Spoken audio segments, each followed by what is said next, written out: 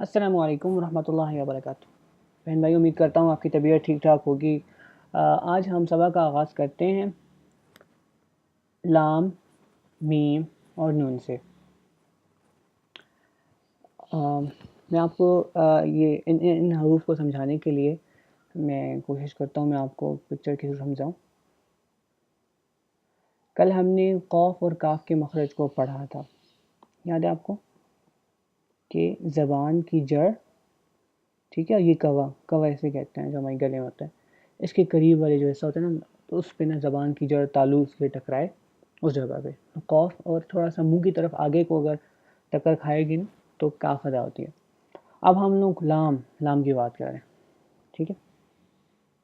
اچھا، لام جو ہے تو زبان کا کنارہ، یہ دیکھ رہے ہیں آپ، لام لام لام، زبان کا کنارہ ثنایا، ربائی، انیاب اور ضاحک، یہاں تک زبان کا کنارہ یہاں ٹکرائے گا لام ادا کرتے وقت۔ اگر لام صحیح سے آپ ادا کریں گے نا تو اس طرح ادا ہوگا، لام لام، ٹھیک ہے۔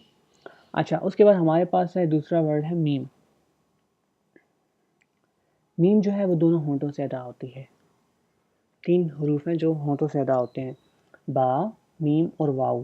واؤ آگے آئے گا، اور اب ہم جو ہے تو میم کی بات کر رہے ہیں، تو دونوں ہونٹوں کے ملنے سے جو ہے تو میم ادا ہوتی ہے، با میم اور واؤ واؤ واؤ۔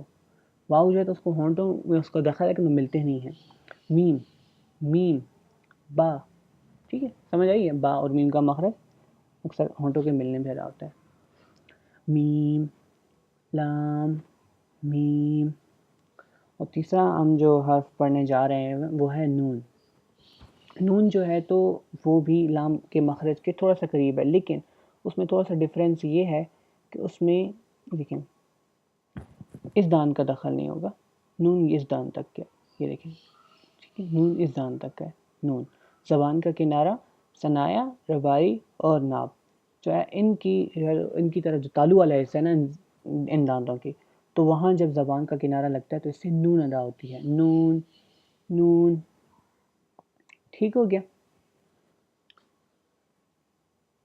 لام میم نون، ٹھیک ہو گیا۔ اور ہمارے پاس جیسے میں نے بتایا کہ میم، با میم اور واؤ کا مخرج ایک ہے، تو ہم لوگ واؤ کو بھی ادا کر لیتے ہیں۔ واؤ جو ہے تو دیکھیں، واؤ جو ہمارے پاس ہے وہ دونوں ہونٹوں کے گول کرنے سے ادا ہوتی ہے، واؤ واؤ واؤ، ٹھیک ہے۔